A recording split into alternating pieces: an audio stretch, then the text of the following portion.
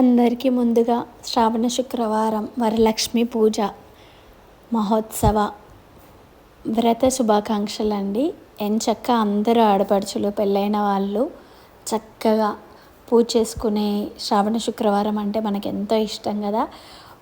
చాలామంది కామెంట్ చేస్తారు హస్బెండ్స్. మా హస్బెండ్ అయితే అంటాడు, ఎక్కడ లేని భక్తి అంతా వరమహాలక్ష్మి పూజకే వచ్చేస్తుంది, ఎప్పుడు ఇలా పూలు గాజులు పట్టు చీరలు కట్టుకొని రోజు తిరగరు, కానీ ఓన్లీ రథం అప్పుడే ఎక్కడ లేని భక్తి వస్తుంది అంటారు. నిజానికి ఇందులో కొంత నిజం ఉంది, కొంత అవాస్తవం కూడా ఉందండి. ఏంటి అంటే మనకి కూడా సెంటిమెంటల్గా డైలీ భక్తి ఉంటుంది, కానీ మన బాధ్యతలు మన రెస్పాన్సిబిలిటీస్ ఇప్పుడున్న ఉరుకులు పరుగుల రోజుల్లో ఇవన్నీ రోజు చేయడం అనేది అసలు పాసిబుల్ అవ్వదు. అందుకే కదా పండుగలు అంటే అప్పుడప్పుడే వస్తాయి. సో అప్పుడప్పుడే మనం ఇల్లు అంతా క్లీన్ చేసుకొని అప్పుడప్పుడే ఇలా నిష్టగా ఉండి పూజ నిండుగా చేసుకోవడానికి పాసిబుల్ అవుతుంది. ఎవ్రీడే మన ఇప్పుడు ఉన్న లైఫ్ స్టైల్లో అయితే అది అస్సలు పాసిబుల్ అవ్వదు.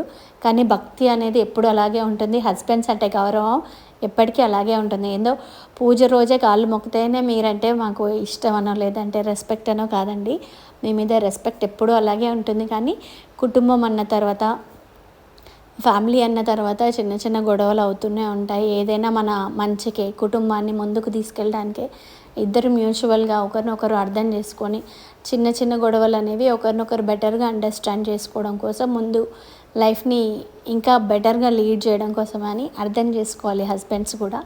ఇలాంటి పూజలప్పుడు మాకు సపోర్ట్ చేయాలి, హెల్ప్ చేయాలి, మాకు కావాల్సిన అన్నీ కూడా కొనిపించాలి.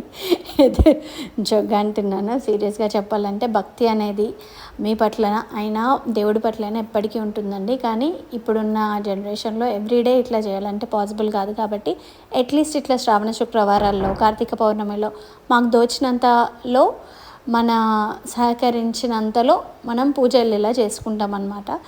So as I told you in my previous videos, Varalakshmi వ్రతం శుక్రవారం రోజున, వరలక్ష్మి శుక్రవారం వస్తుంది కదండి, సెకండ్ శుక్రవారం, ఆ రోజే నేను డెకరేషన్ అంతా చేసుకున్నాను పూజ చేసుకోవడానికి. కానీ అప్పుడు నాకు కుదరలేదు. సో ఆ వీక్ పోస్ట్పోన్ చేసుకుందాం అనేసి అనుకున్నాను.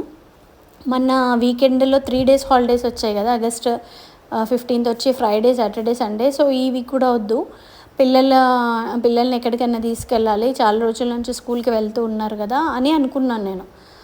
సో మా హస్బెండ్ నుండి లేదు చేసుకో, కావాలంటే నేను హెల్ప్ చేస్తాను, అలా ఒకసారి అనుకొని ఆపేసినావు కదా మళ్ళీ బాగుండదు, అట్లా కంటిన్యూ చేస్తేనే బాగుంటుంది అన్న ఉద్దేశంతో పూజ స్టార్ట్ చేశాను. అప్పటికప్పుడు అండి. ముందు ఫామ్ హౌస్లో అక్కడ ఉండే మేము, ఆ రోజు బిఫోర్ డే నైట్ అక్కడ పూజ చేసుకొని వచ్చి మళ్ళీ 11 o'clock ఇక్కడ మొత్తం డెకరేట్ చేసుకొని మా హస్బెండ్ హెల్ప్తోనే ఇవాళ నేను పూజ చేసుకోవడానికి నాకు పాసిబుల్ అయింది. బాగా హెల్ప్ చేశాడు. ఎప్పుడు ఇలాగే హెల్ప్ చేయాలని అమ్మవారిని కోరుకుంటున్నాను డైలీ కూడా. సో ఆయన ఉండే బిజీ స్కెడ్యూల్లో డైలీ హెల్ప్ చేయడం అనేది పాసిబుల్ కాదండి. ఇవాళ మాత్రం బాగా హెల్ప్ చేశారు. సో ఇద్దరం కలిసి పనులన్నీ చేసుకొని చక్కగా పూజ ఇలా ఫస్ట్ టైం నేను ఎవ్రీ టైం బాగా చేస్తాను పూజ, కానీ ఒక్కదాన్ని చేసుకుంటాను. కానీ ఈసారి మా హస్బెండ్ అమ్మవారే నాతో మొత్తం ఉండేలాగా ప్లాన్ చేసింది అనుకుంటా. అందుకే లాస్ట్ వీక్ చేసుకోలేదేమో నేను అనుకుంటున్నాను. సో పూజ అన్ని సామాన్ అంతా సర్దేసుకొని చక్కగా పెట్టేసుకొని వ్రతం ఈసారి టీవీలో పెట్టుకొని కంప్లీట్ వ్రతం చేసామండి ఇద్దరము. అన్నీ యథావిధిగా ఎట్లయితే పద్ధతిగా చేయాలో అలా యథావిధిగా చేసాము.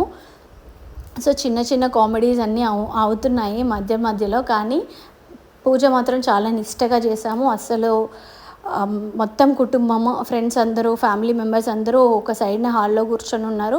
మేము మాత్రం కంప్లీట్గా నైవేద్యాలు కానివ్వండి, పూలు గాజులు అమ్మవారికి ఏవేవి సమర్పించాలో అవన్నీ ఒక్కటి కూడా మిస్ చేయకుండా పద్ధతిగా పూజ చేసుకోవడం ఇదే ఫస్ట్ టైం. పిల్లలు కూడా పెద్దగా అయిపోయారు. అంతకుముందు అయితే పూజలప్పుడు కూర్చునే వాళ్ళు కాదు, చాలా డిస్టర్బెన్స్ చేసేవాళ్ళు. ఇప్పుడు మాత్రం అటు ఇటు పోతున్నా కూడా బ్రహ్మన్నప్పుడు వచ్చి చక్కగా హెల్ప్ చేశారు. సో మా వారు హెల్ప్ చేసినందుకు గాను థ్యాంక్ యూ చెప్తే నేను మంచిగా మొక్కుంటున్నాను. కానీ మా వారు ఎప్పుడు నేను మొక్కినా కూడా నన్ను బాగా చూసుకో అనే దీవించుకుంటారు. ఆయనే బ్లెస్ చేసుకుంటారు, కానీ నన్ను అయితే ఎప్పుడు బ్లెస్ చేయరు. సో మనసులో ఏముంటుందో నేనంటే చాలా ఇష్టం ఉంటుంది, కానీ బయటికి మాత్రం అలా ఫన్ చేస్తుంటారు. సో అలా నా పూజ కంప్లీట్ అయిందండి. ముందు వాయనం ఎప్పుడైనా మా అత్తయ్య గారికే ఇచ్చుకుంటాను నేను. ఈసారి కొంచెం లేట్గా వచ్చారు కాబట్టి ముందు వచ్చిన వాళ్ళకి ఇచ్చేసాను. వీళ్ళందరూ మన ఫ్యాక్టరీలో వర్క్ చేసేవాళ్ళు, అమ్మమ్మ వాళ్ళు. వీళ్ళు కూడా నిండు ముత్తైదులు. చాలా ఏజ్డ్ పర్సన్స్కి ఇస్తే చాలా మంచిది అంటారు కదా, ఫస్ట్ వాళ్ళకి ఇచ్చుకున్నాను. తర్వాత అమ్మవారి దగ్గర పెట్టిన శారీ కట్టేసుకొని మిగతా వాళ్ళందరికీ వాయనం ఇచ్చి సెలబ్రేట్ చేసుకున్నాను.